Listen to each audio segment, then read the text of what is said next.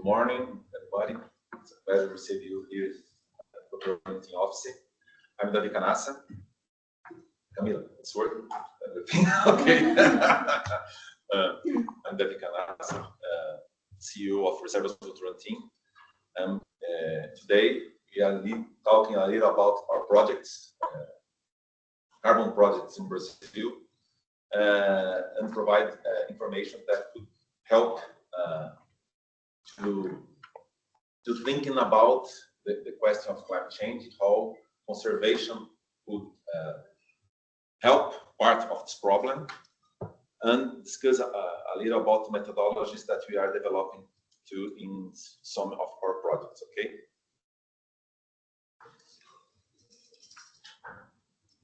Oops. Reservas Votorantim is part of a large group in Brazil, composed for all these companies. We started our operations in 2012 with the first reserve in São Paulo, and we are growing along these years, helping not only these companies but many other companies in Brazil thinking about conservation and reforestation.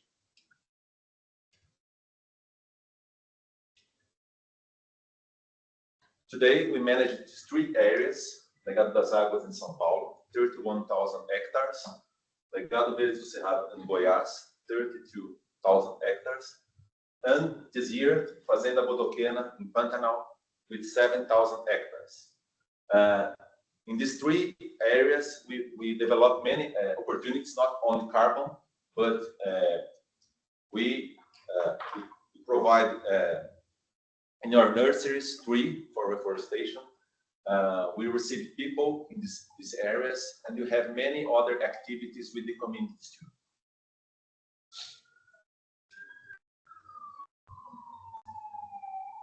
As I said previously, we started in 2012 with Legado das Águas.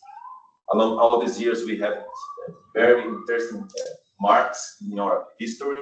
And last year, we stayed here in New York to present one version of a new methodology called PSA Carbon Floor to solve one question. In Atlantic forest, with the methodologies that exist nowadays, it's impossible to create a project in this specific biome in Brazil.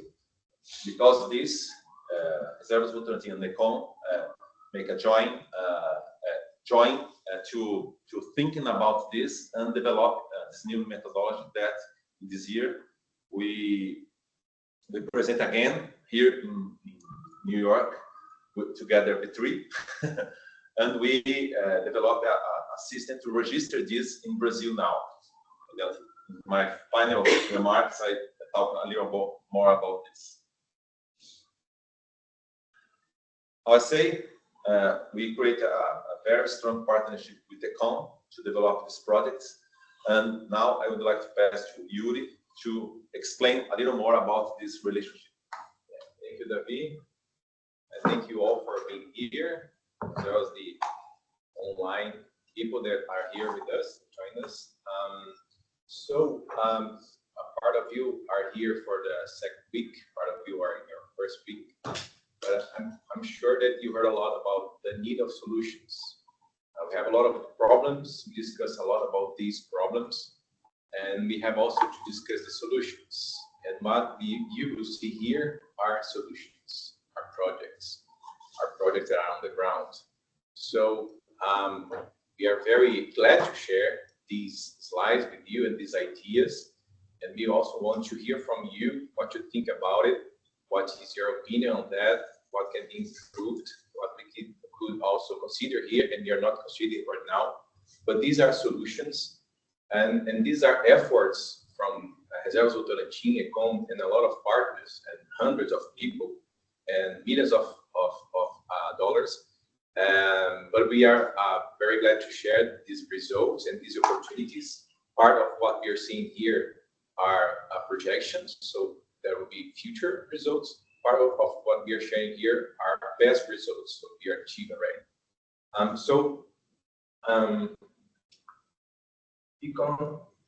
Econ is a Brazilian company but we operate in many countries in the world. We are part of this coalition in Brazil, the Brazilians know, Coalizão Brasil Tema Floresta e Cultura, a very strong coalition in Brazil. We are part of the UN Global Compact, and we are recognized as a innovative company by this agency in Brazil, the University of São Paulo agency. This is a part of the international agreements and events in which Econ had delegates. This year we have 4. In the past we have a few more, and they are related to science, economics, climate change, and biodiversity. So in order to better understand climate change, biodiversity projects, and the economy, we go to all these places to teach and to learn as well.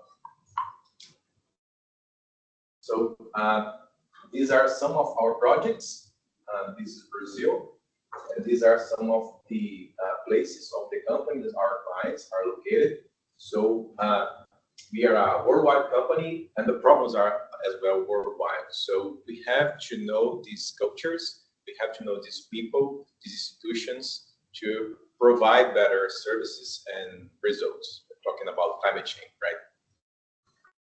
So that's it. I'll give to Marcelo to present you the more technical information about the projects.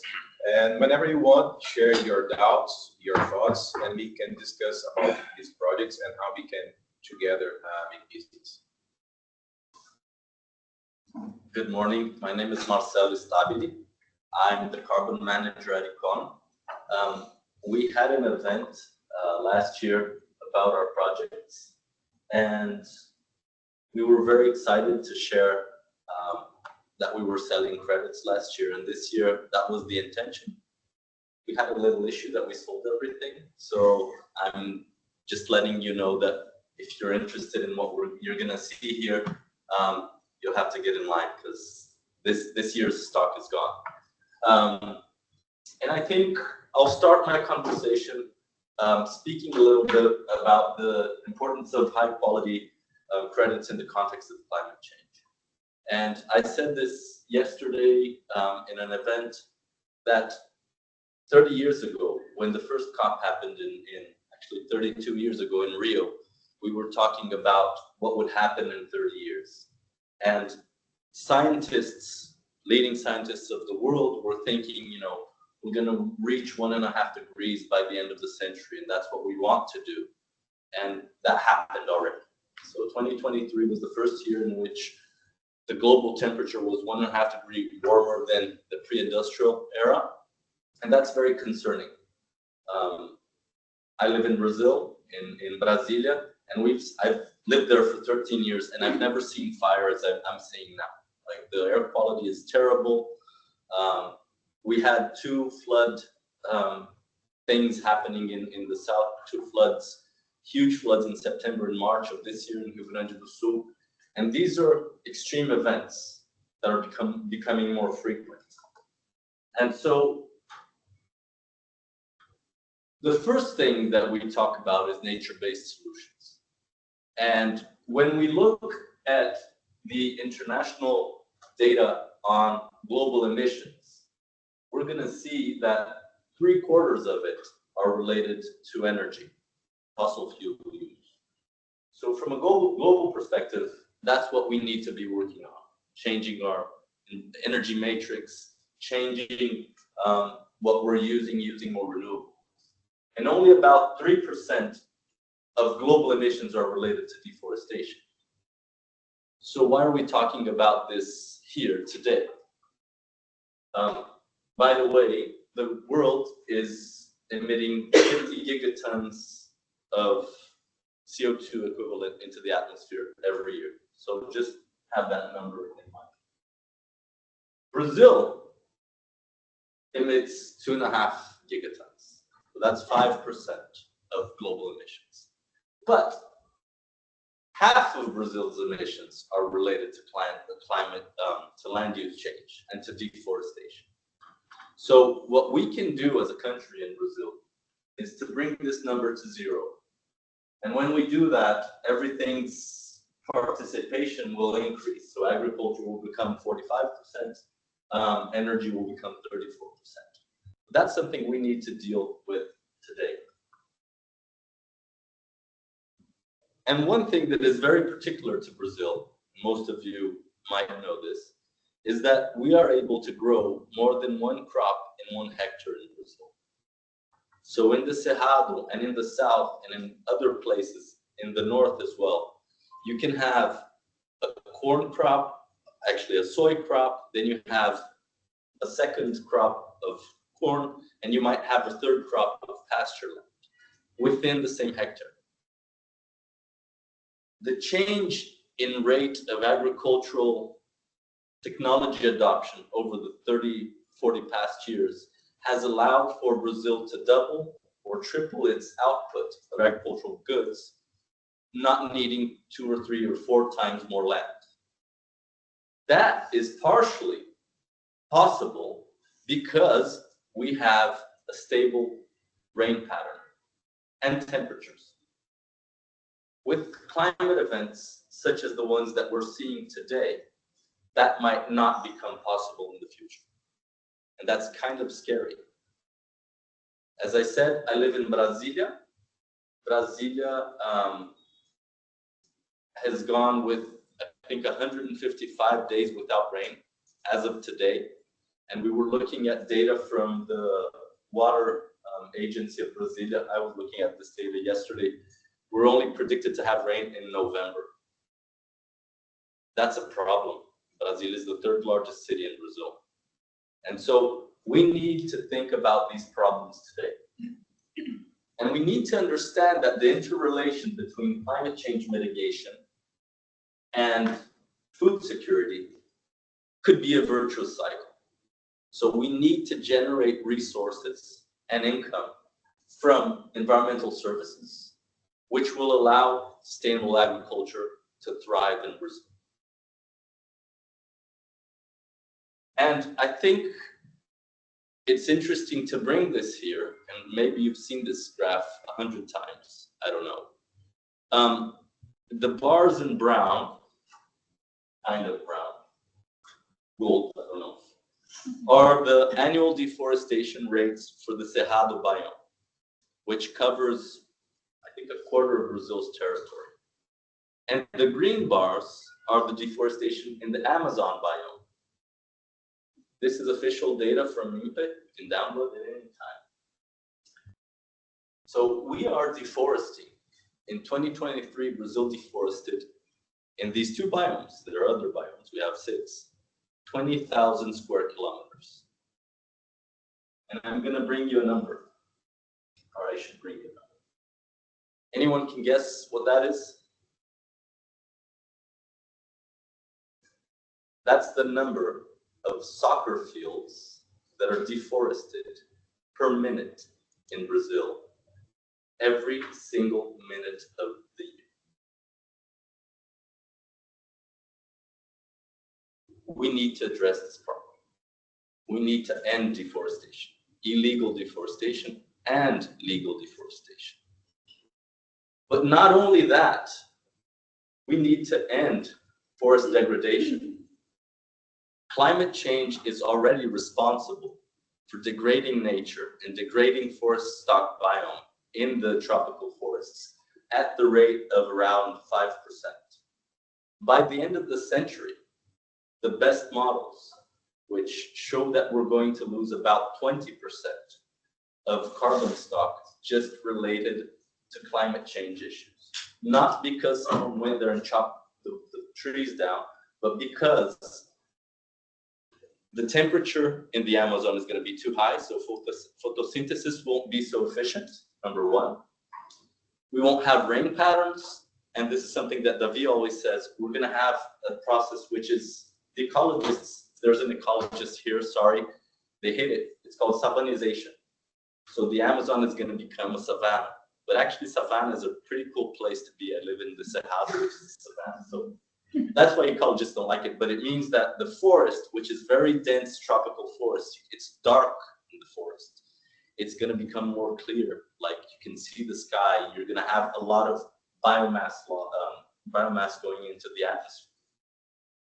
And the Amazon, which was a carbon sink, might become carbon source. And that's a problem for the world. And that's a problem for Brazil. That's a problem for weather. And that's a problem for food security. So what we bring here as Econ, as Reservas Votorantim, are two solutions that we are working on, which are 4 projects that we co-developed.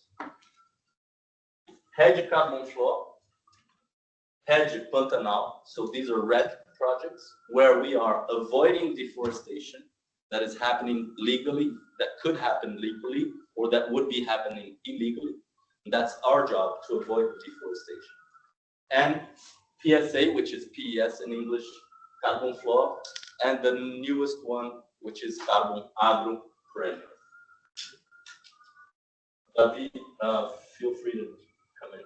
So the first thing about the REDD projects that we work in is Votorantim has 2 areas that participate in our REDD projects. In REDD Carbon Floor, we'll get to that, and in REDD Pantanal. It's interesting for you guys to know, and I know there's a lot of Brazilians here, but Pantanal is kind of a wetland region. Everglades, Florida kind of style. Biodiversity is amazing. We can recommend a bunch of beautiful places to go and see. And the Cerrado is something I didn't know very much until I was about 30-something years old, and I went to live there, and it's amazing because it's actually kind of the water tank of Brazil. That's where we have our aquifers. That's where we have most of the agricultural production happening. So, in REDD Carbon Floor, which is a grouped project developed by Econ, we are avoiding planned and unplanned deforestation. And it operates both in the Amazon biome and in the Cerrado biome. As of today, we have 3 areas within this project. We have one area in Goiás. This is about 3 hours from my house. This is a place in Acre, which is about 4 hours drive when the weather's right from Rio Branco. When the weather's not right, it's an 8-hour boat ride. And I think the most easily accessible one is the area that belongs to Votorantim, which is about 2 hours from Campo Grande with good roads. These are the VCUs that we have expected, and the whole project will generate about 2.6 million VCUs in its 40-year But I think it's interesting comment that we are discussing another areas to enter in these projects that we are presenting to you. Okay, at the moment we have these 3 areas, but we are discussing with other farmers, including another areas in the projects. The interesting thing about grouped projects, and I imagine a lot of people here understand risk, is if you have all your eggs in one basket and the basket goes bad, you're in bad shape. So we diversify the areas, and we diversify and dilute the risk. I think that's interesting comment too. We pass all these areas for a very huge process to understand the owner documents. That's the main problem that we have in Brazil with some REDD Plus projects. And we developed together many systems to monitoring these areas and control the process of degradation, fire, communities, and so on in these areas. Then we have a strong system and management system to maintain these areas in the next 40 years. Yes. And so here I just bring an idea for you folks to see. This is the first area. It has, I can't remember, I won't say the hectares, it doesn't really matter. but the total farm area within hedge carbon farm is about 51,000 hectares. And the project areas, or the areas in which we are avoiding deforestation, may it be legal or illegal, is about 20,000 hectares. In our field visits, we've seen endangered and protected species, such as peppers, giant anteaters, deer, and a bunch of animal species, plant species, and we're working with communities. And this is the one in close to Rio Branco, and this is, this is the one that belongs to Reservas Votorantim. In our second project, we are doing the first REDD project that includes farming areas in the Pantanal. And it started with the other part of Bodoquena farm from Votorantim, and we've just recently included the second area in Cáceres. And so these numbers are just based actually on this area. We are still studying the legislation. What you may know is that Brazil is a bit challenging with legislation. So we had a good part of the documents ready to submit to Vera, the project, and there was a change in the law. So we had to change estimates for illegal and legal deforestation. The farm areas, this should generate probably something around 4 million VCUs throughout the 40-year period. Basically, we'll double. And I think, do you want to say anything here? Well, we're using a methodology which is called DMD0007. We are very, very careful with using conservative deforestation rates. We understand that Vera is putting in jurisdictional rates. From South Mato Grosso, we are going to get rates from the Secretariat, from the Environment Secretariat. So we want to be very aligned with conservative in generating high quality and high value credits. I told this story earlier this week somewhere else. In one of the areas that we analyzed at Econ, 4 developers analyzed the same areas. 3 of the developers had estimates which were within a 5% range. One said it was, just using numbers here, but one said it was 100, the other one said it was 105, the other one said it was 95 VCUs or whatever percent. The 4th developer had an estimate that was like 6 times more. And that's one of the problems that we have with REDD projects. So we understand that Vera is taking steps, Brazil is taking steps, and we're very aligned with being conservative and generating good quality credits. But as we said, ending deforestation, which we need, and which we don't want to see football fields being deforested every minute of the year, is part of the solution. The other part of the solution is generating income for those working on generating ecosystem and environmental services that allow us to have the agriculture that we do. So we have developed, we have a third REDD project, we have a slide about that, that Econ co-developed with ERA, and that has another area from Votorantim. And that's Head Cerrado. Its credits have also all been sold, so we'll have new issuances of all of the REDD projects later this year or early next year. I think that's interesting comment that this project was the first project in Cerrado in Brazil. We developed together, opened the opportunity in another biomas, because before this, only in Amazon we had projects. Delayed almost 3 years to develop all the theses about this. But now we are changing the territory with this project. We developed many social and environmental initiatives in Niquelândia, the city of this project, and together we are bringing more owners interested in enter in Cerrado projects. Yes, and we presented this project last year here in New York in a meeting like this, and one of the companies that came bought like 90% of the credits this year. Yes. Yeah, true. Right? I'd forgotten about that. Yeah. And I think, the good thing about this slide is that it reminds me, after 2 weeks in New York, you get a bit dizzy, that all our projects are becoming VCS certified, the REDD projects, and we're getting a CCB seal as well. So we have concerned about community, climate, and biodiversity.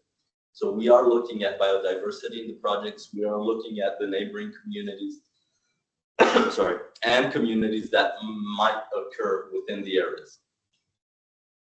But going back to what I was saying, REDD is not the only solution. We need REDD and PES, payment for environmental services. We have developed and we launched this here in New York last year, PSA Carbon Floor, which operates in an area owned by Reservas Votorantim, which is Legado das Águas. And they have, I think, one of the only 2 known white tapirs in the world. This is the cutest animal you could ever see, and it's big. The flower that you see, only to comment, we consider it extinct in the nature. We discovered because one project that we developed in Legado das Águas, and after we discovered this flower, we in our nurseries we create almost 200 new flowers to spread in the forest. So that's that. And PS Carbon Floor is operating, we began operating in Mata Atlântica biome. We understand that it could be operational in other places, but we have understanding that we were creators of the methodologies and implementers of the first project. We wanted to bring this to scale.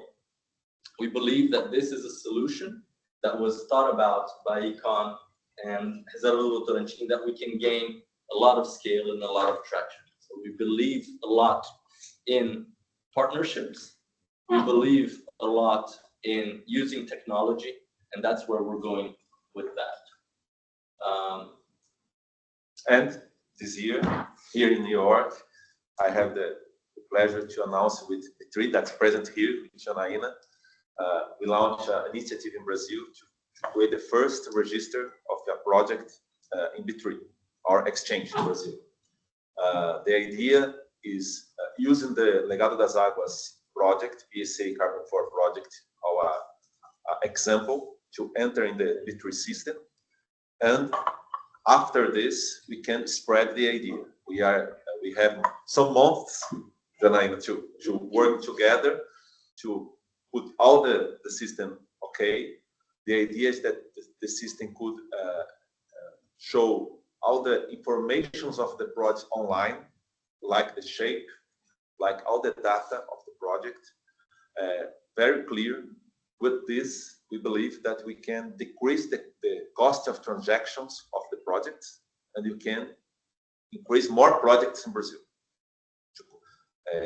Spreading the idea of conservations, not only in Atlantic Forest, but in other biomas too.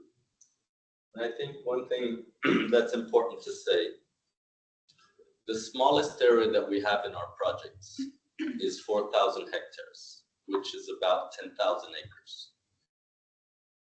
If you look at it by itself, if you only had that farm, the project would not have a financial return. You have to add other areas.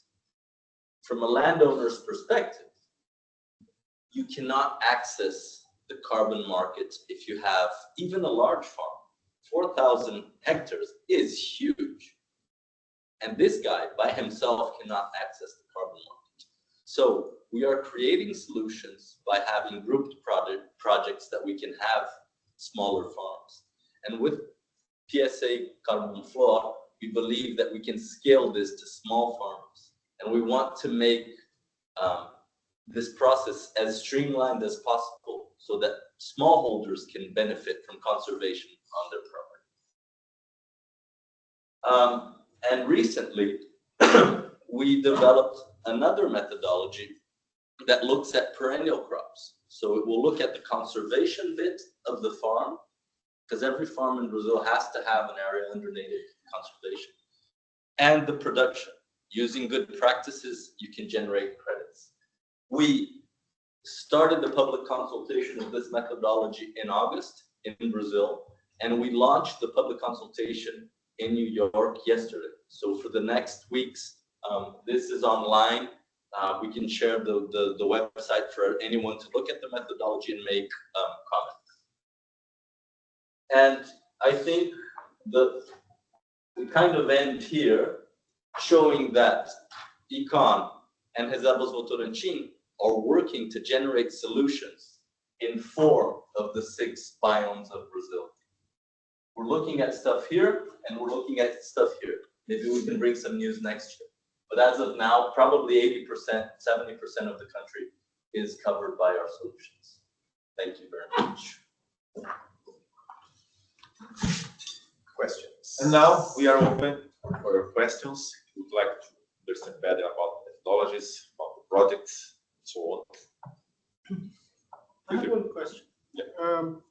So that 3% of the CO2 emitted in Brazil is through deforestation, right? Of the world. 52 in Brazil. Okay, yes, sorry.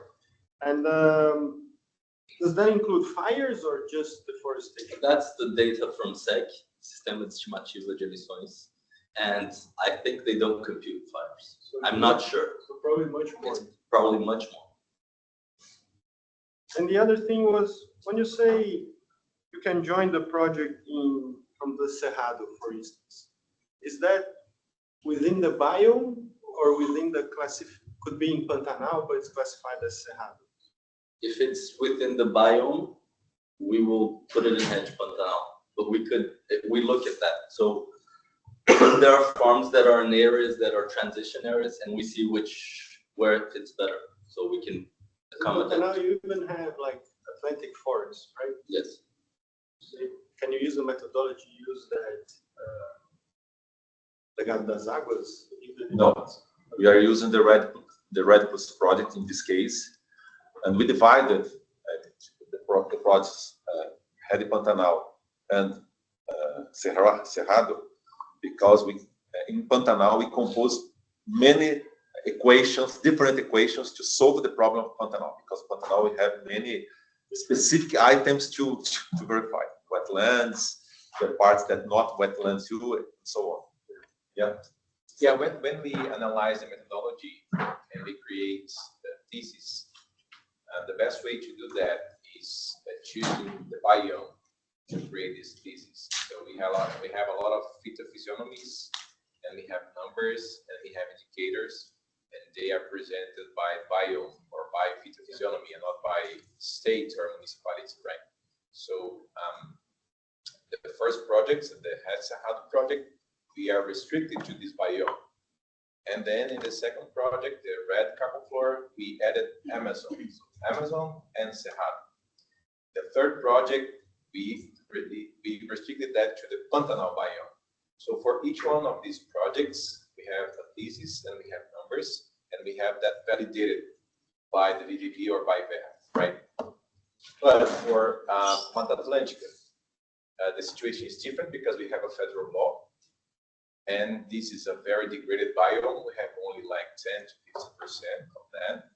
And so based on the Brazilian situation, the characteristics of this biome and the existence of this federal law and the inexistence of deforestation, well, it used to be zero deforestation. Now we have deforestation on Mata Atlântica as well. But based on this situation, it would be impossible financially and methodologically to create a REDD Plus project in the Mata Atlântica. So that's why we applied in the PSE carbon floor, which is the fourth project, our own methodology. We developed the methodology, we discussed the methodology. It was a 5-year process discussing creating the methodology. So that's why. So here we are considering the biomes to start the methodological road. Yeah. I think that's good to put that the REDD Plus project, we consider the deforestation rates. In PSA carbon floor, we consider the degradation by climate change. The REDD Plus we look for behind. In the case of the PSA carbon floor, we look from, because if you see the last reports of the IPCC, we have dramatic estimates that we probably lost perhaps 30 or 40% of all biomass around the world until the next 100 years because climate change. With this idea, we developed the second methodology. And just to corroborate what you said, that 4,000 hectares is not viable, and a lot of people can join together. I think that's great. He knows, but we have a land in 35,000 hectares in Pantanal. It's also not viable on its own. Yeah. Yeah, you have to join a group project. Yeah. So all the projects are in private lands, or you have Yes. And like, what are you seeing in terms of demand? Is more for the DCM market, or you have for compliance market as well? Well, to have 2021, 2022, 2023, buyers would be, brokers. In 2024, the buyers are institutional companies that have their own goals and utilization rules, and they are very institutional because, as you know, REDD Plus projects right now, they are facing a lot of difficulties, a lot of discussions, and we have fires in Brazil, which makes that more difficult. But we sold all of our credits, and these buyers, they were very institutional. They know what they're doing, which is very different from the years before, right? So we had a lot of companies, institutions that would not know exactly how the game works, but they had numbers and they were taking risks. Now we don't have so many companies, so many institutions. We have a smaller group, but they are professionals. So I think this is good. They are not based on SBTI rules. They are not based on specific on the CMI rules, things like that. But they are very, they have a very strong thesis that they need to do that. And buying today is cheaper than buying in the future. So they know what they're doing, but it's not based on CMI or SBTI, things like that. And we have discussions as well, right, on the SBTI team and other institutions. We have conversations with them.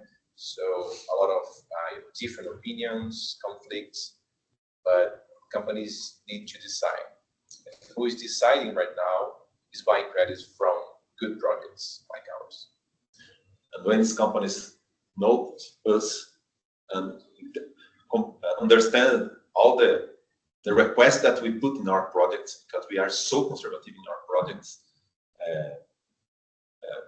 these institutions come more easily to talk with us and buy the projects. We didn't have credits to performance credits to issued credits to sell now, because all the credits go in these last 3 months. And we believe that the question is, reputation is very important when we're thinking about the owner, all the requests of the owners and the institutions that are working together, the owners, to provide the product. And we believe that our success in the last years is because we are so conservative, the reputation of the institutions, and doing meetings like this to explain all the situation and the importance of conservation in Brazil. Yeah, and we are working on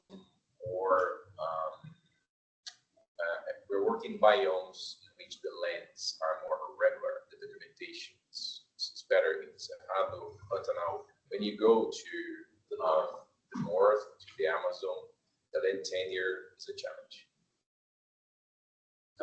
We have some questions from the people that are watching online. Oh, thank you. So the first one is from Chloe Yone, and she says, thank you for the presentation. I would like to know on which platform you are currently selling C+ carbon credits. And also, she was wondering if PSA Carbon 4 is an alternative for Vera of GS certification or if it's additional. Well, in few months, we have these credits in B3 in our exchange. Now we are talking directly with the clients, but waiting for more. On a few months, all the credits in B3 together, ACX. B3 and ACX have a partnership, and the main register is in B3, but the responsible for sell the credits will be ACX. And then on the second question, I think there's no competition between REDD and PES. Obviously, if you have a PS and a REDD project happening in the same location, you're double dipping. So that's not a good idea. And we won't allow for that to happen. But if we are successful in ending deforestation, and I hope we are, I honestly hope we are, when that happens, within 5 or 10 years, there will be no more REDD credits.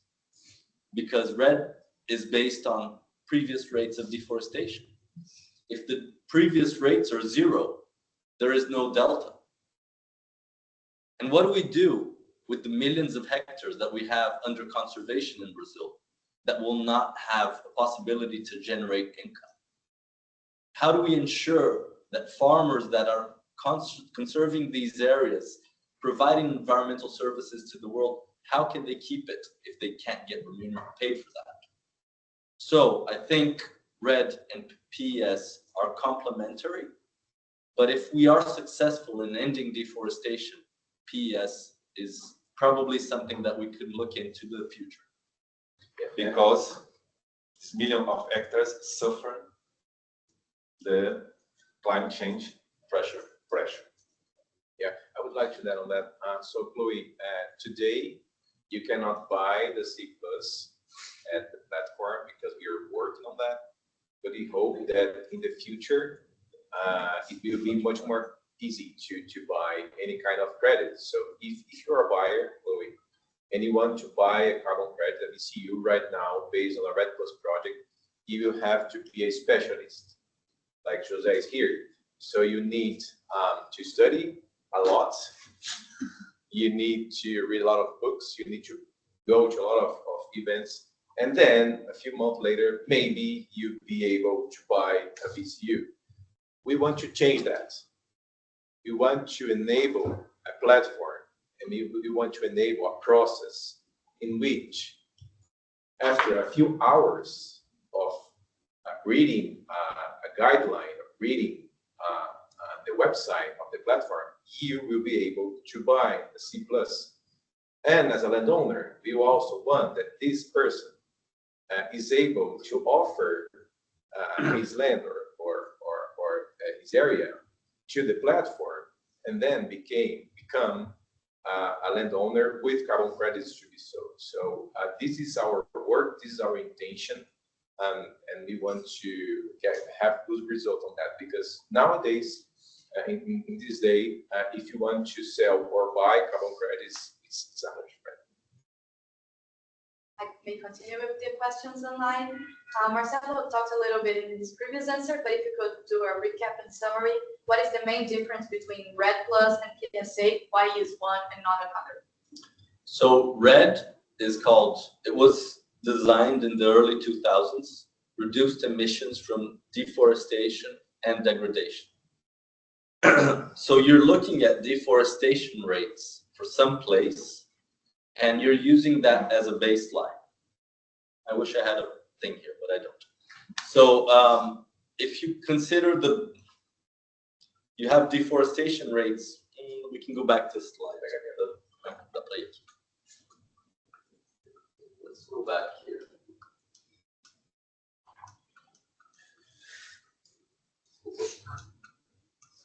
that. One more.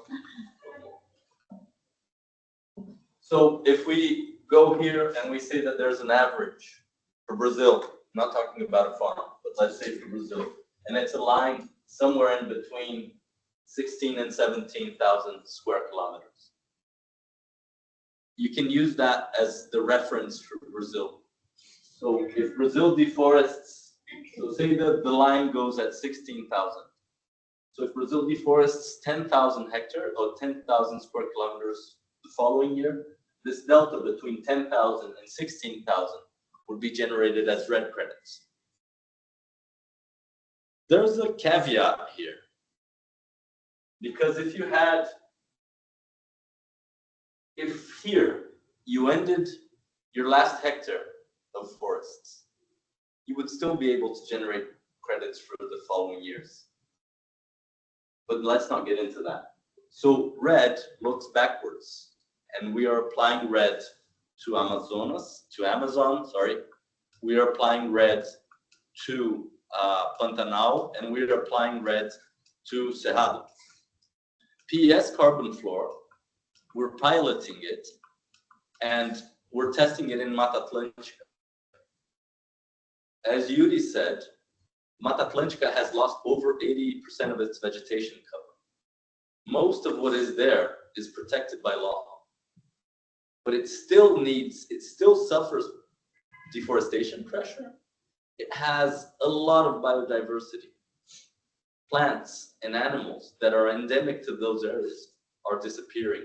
And we have an example of the flower that David mentioned. So we designed it thinking and testing in one place, but we understand that this could be applied in various other places, in Brazil and abroad. The indicators are not complicated. So you can go to the website and read the methodology.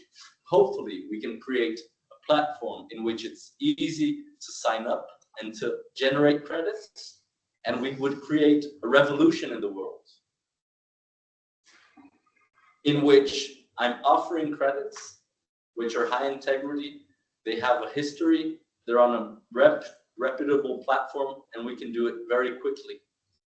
The transaction, rather than we spend a lot of time and efforts and resources in due diligence, visiting the areas, talking to people. We want to make this a nice user experience as well. So I think that's the main difference, but one looks back, the other one looks forward. They don't compete.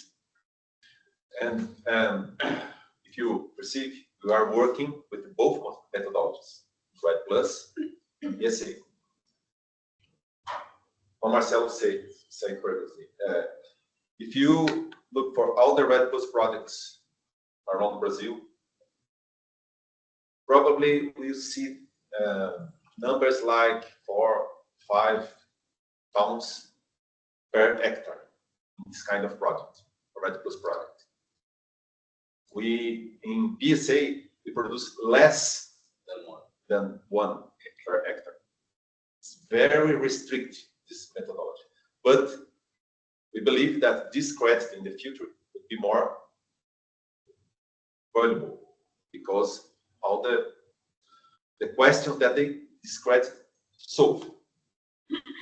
Then we continue working with REDD when in big properties, in places that's possible.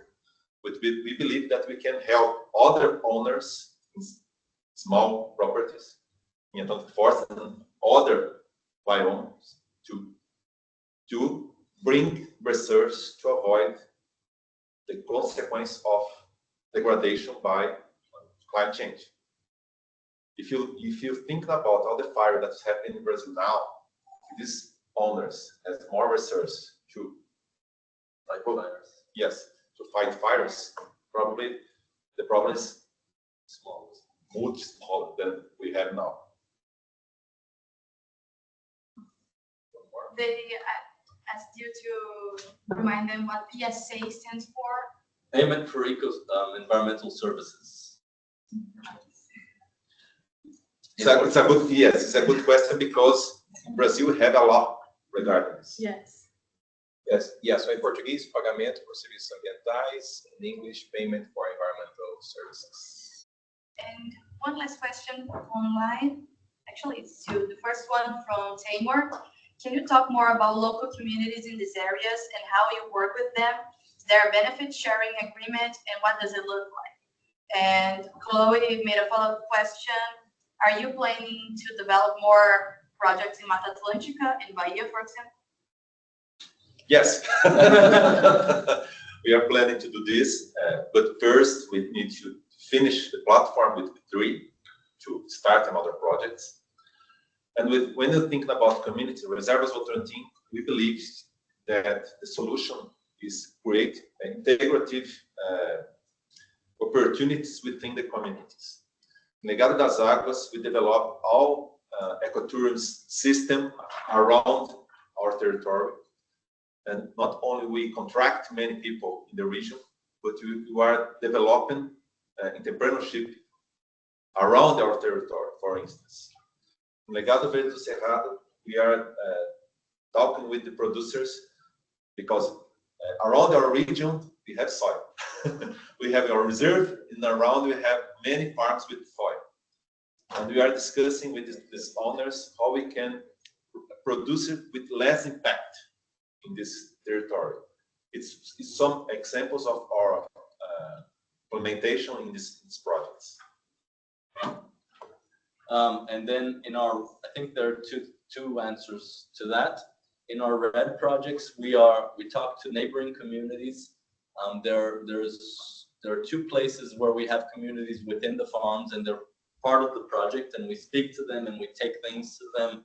Actually, our team is going to Acre next week to talk to 200 families and take some environmental education and some things that they need that were demanded by them. on PES carbon floor, I think that's the second innovation, which we didn't delve into today.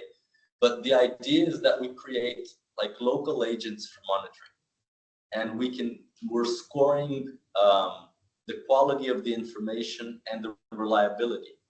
And in a way, they will be involved in the project monitoring as well. So we can create a way in which participating in the project and monitoring the project, they can generate income and information that will be used to streamline the whole process. So yeah, regarding the new projects, the PES carbon floor, what I think is important to say that if you want a new REDD Plus project, you will create reports, you will create data, but these reports will be converted into PDFs, and these PDFs will be analyzed by Vera and by the buyers and by the stakeholders.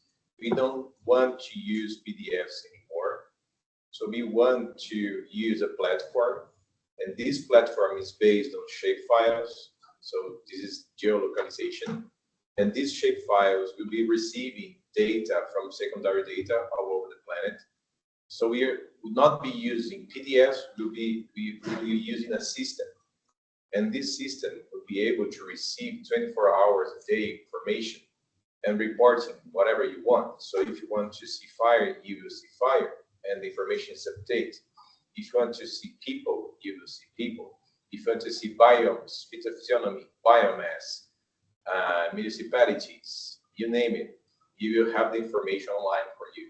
So this is what we need: a system, technology, transparency. And if we have this data, if we have this simple way to analyze what we want, there would be less need, a lower need, or lower hiring companies that you have to choose, because due diligence process much easier, the financial aspect are much more easier, and you will understand very quickly the project. So we want a tech-based platform for PES carbon floor.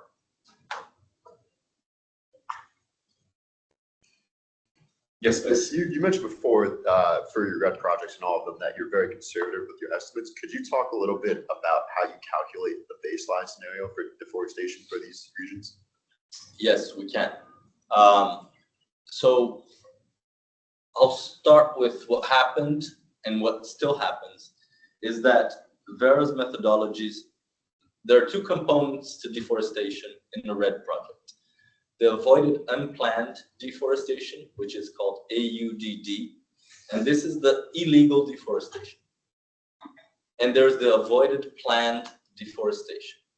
The avoided planned deforestation would be the legal deforestation.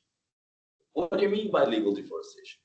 If we imagine that these 8 tables were a farm in the Cerrado, 3 of these tables would need to be native vegetation, and the other 5 tables could be agricultural areas. In Brazil, right? In Brazil. So Davi bought this land, which is composed of these 8 tables, and he said, I'm going to have an economic process for this. I'm going to make cattle, I'm going to do soy, whatever. What we will do is we're going to talk to him, and in the APD project, you're avoiding the deforestation of the 5 tables that he could deforest. So you need to understand at which rate he would be able to do this conversion and how that would affect estimates of greenhouse gas emissions. The most conservative you could be is say he would deforest 2.5% of this area for 40 years, which you get to 100% of this area. Some cases that works, so that's our conservative approach. If there is indication that they would deforest maybe 10-15% per year, we take that into account. So we need information for that. And I think that's the easy part. The problem is the 3 tables that are eligible for AUDD, what happens in the methodology is that it allows you to look for places with similar biophysical characteristics to calculate that baseline that we did for Brazil here. And back in the days, all you needed to worry about was biophysical constraints. So you need places with the same topography, same climate, same distance to roads. Oftentimes, people would find areas, they would cherry pick areas where deforestation was happening so they could increase their baselines. As our company has a team that's come from a very strong background in environmental management, what we do is we look at the rates of deforestation around the farm. Maybe the topography is not exactly the same, the soil is not exactly the same, but we know what's happening there. And having read and understood a lot about Verra's methodologies, we try to emulate what they're going to be generating as their just jurisdictional rates of deforestation.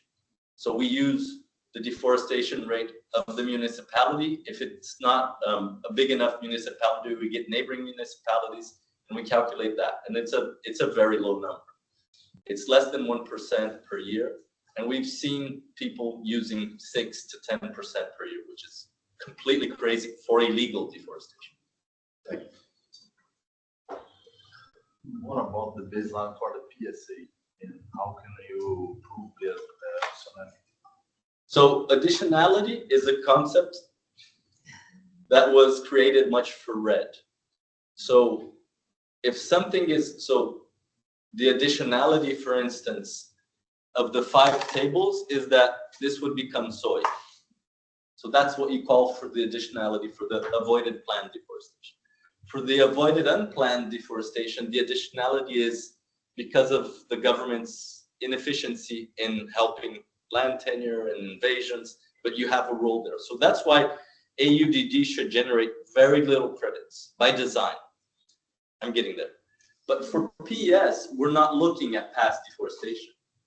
We are looking at data published in papers that is saying, if we have a world that meets Paris Agreement's targets, we're going to lose 5% biomass by the end of the century. If we do not meet, and if we go in a different direction, we're going to lose 30% of biomass. So we have a delta here of 25. And this is kind of, we've seen 5% gone already. So what we're doing is, instead of having this spread of 35, we're saying the limitation is 10%. We're doing half to a third of what's going to be this baseline. And that's all you can generate. So if you imagine a farm that has, I don't have the equation here, but we can talk about this later. If you have a farm that has 1,000 stock, we annualize the stock and we divide it by 100. So he would have at most 1/100th of the stock related to the carbon. So 1,000 by 100 is 10. Then you multiply that by the ecosystem services matrix, which is from 0 to 1. So if he scored 1, he would keep the 10. Then we multiply that by 10%, so he would only get 1. And Davi, sorry, his area is probably the most amazing Mata Atlântica place that I've seen in my life. They did not score 100%. Sorry. It's important to show how restrict we plan the matrix, the ecosystem matrix, because when we design the carbon floor, the answer that we try to answer is where is the ecosystem services that maintain the forest in long term, and what is the effort of the owner to maintain this ecosystem service. This is the thing of things that we are verifying in the matrix.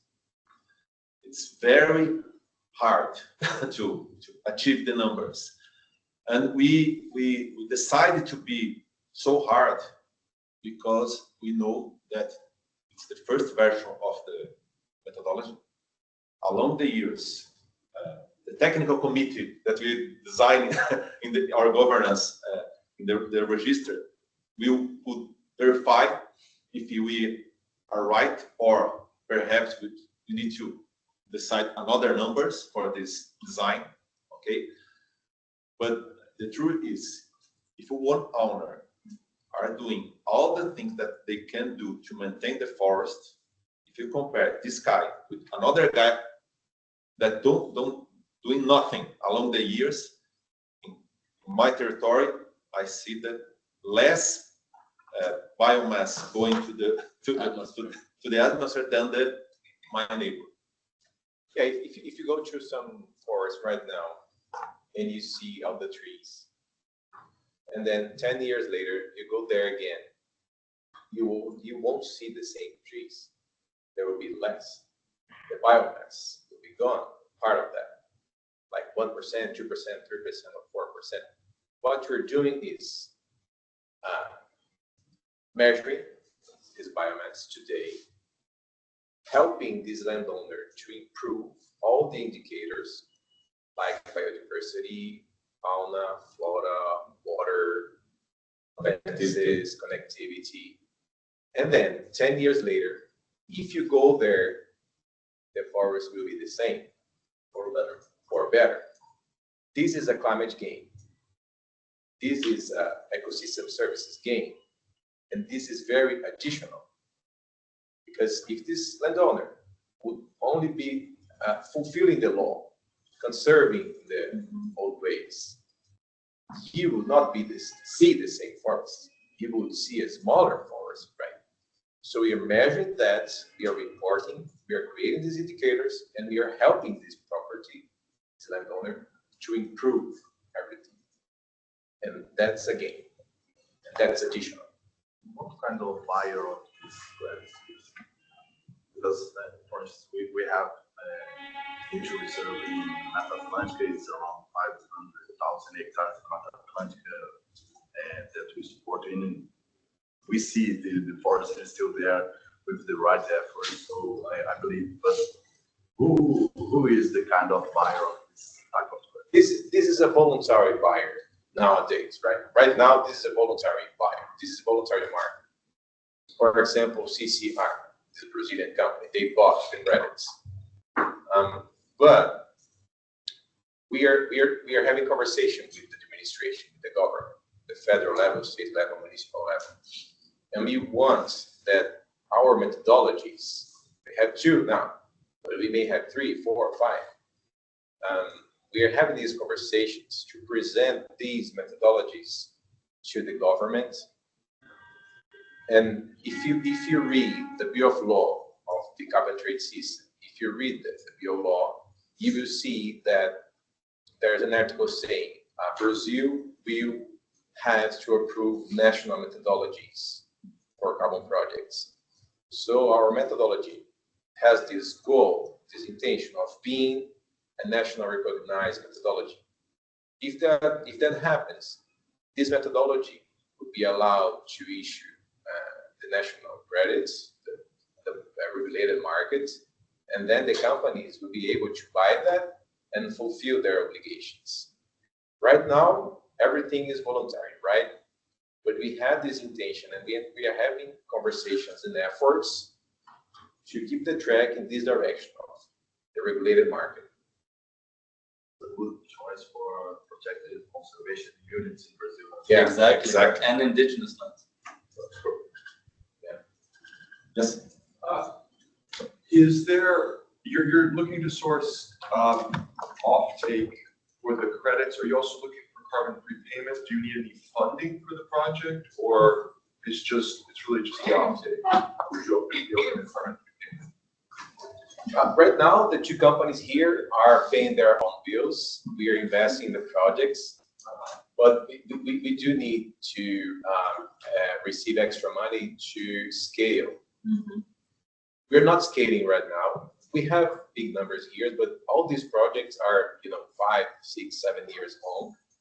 So we have already received the revenues of part of them. But after these moments that we're living, in which we are discussing the platform, we are discussing the methodologies, we are testing the opinions, we are testing the market with the BES, right? BES part of the history. If we are able to scale, if we have good grounds to scale, then we will need money for this acceleration, right? So far we're paying our bills, but probably we will need to scale with third parties money. Yes, please. Gustavo Malloy, Brazil, based in Austria. Question: how much is the average price of the volatile market that you are selling the credit? Well, I could say that in general, because okay, In general, in your last year we sell our credits almost $13-14. This year we sell our credits $7.58 per ton. The beginning of the year, many companies arrive and offer per $1, and we and in the last 2 months we sell all our credits with this range $7.5-8. It's based on Singapore price. Sorry? Singapore stock market price is not the average price that you work with. When you think about voluntary market and REDD Plus products, we sell very, very well today, this year. Our credits. When you're talking about Singapore, you're talking about the Article 6. Yes. Brazil don't give for any developer the ladder yet. This is a discussion that we are talking with the government. And if we achieve this goal, probably the prices are much better than this.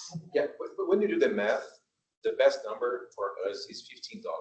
Yes. When you do the math for REDD Plus projects and the PSA project.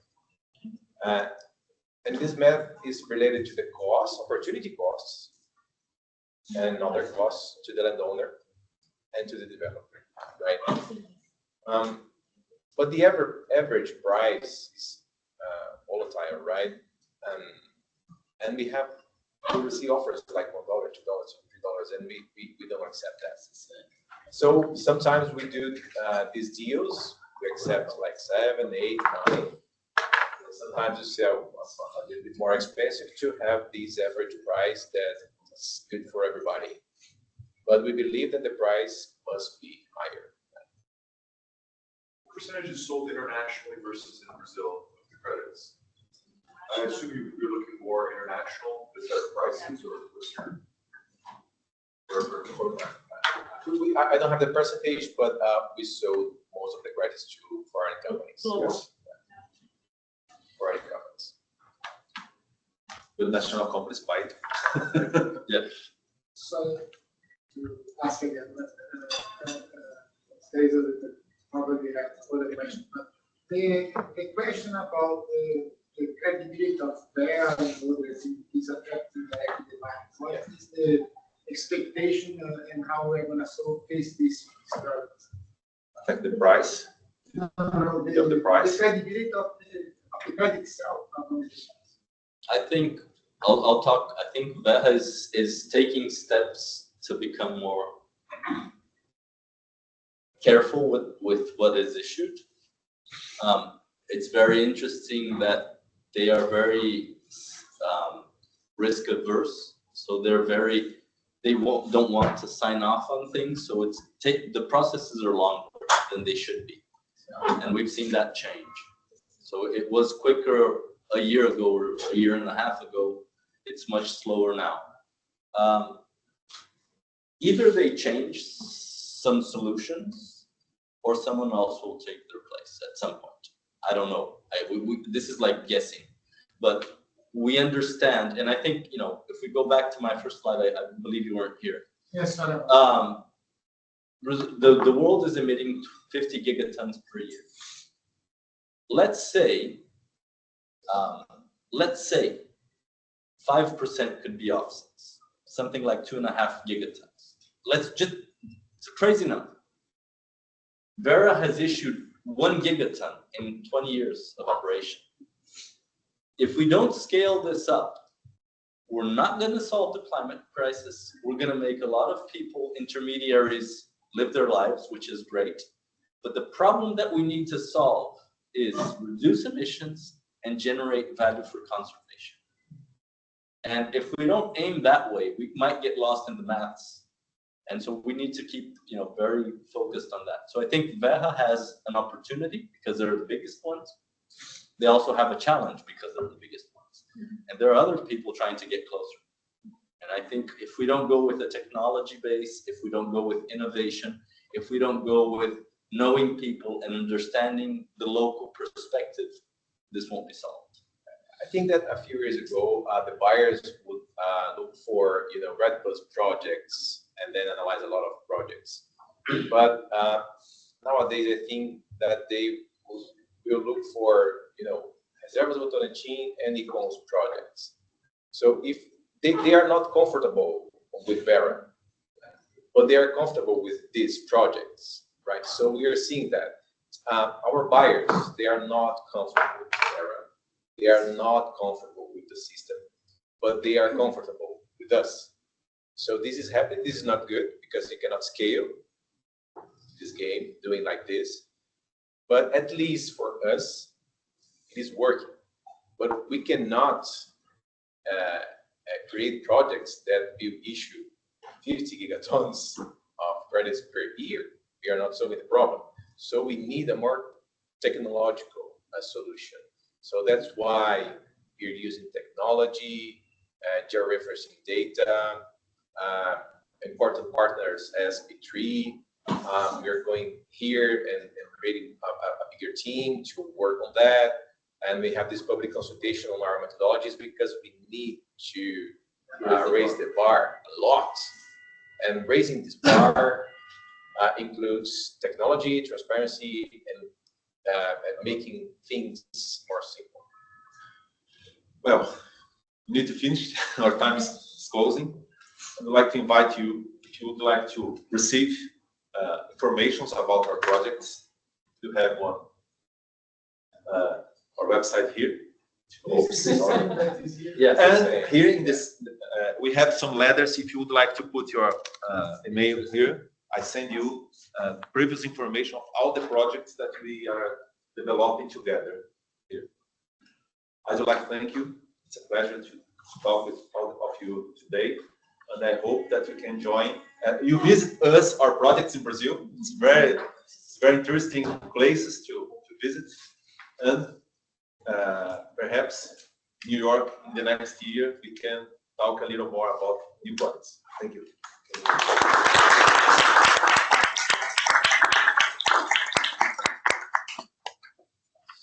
A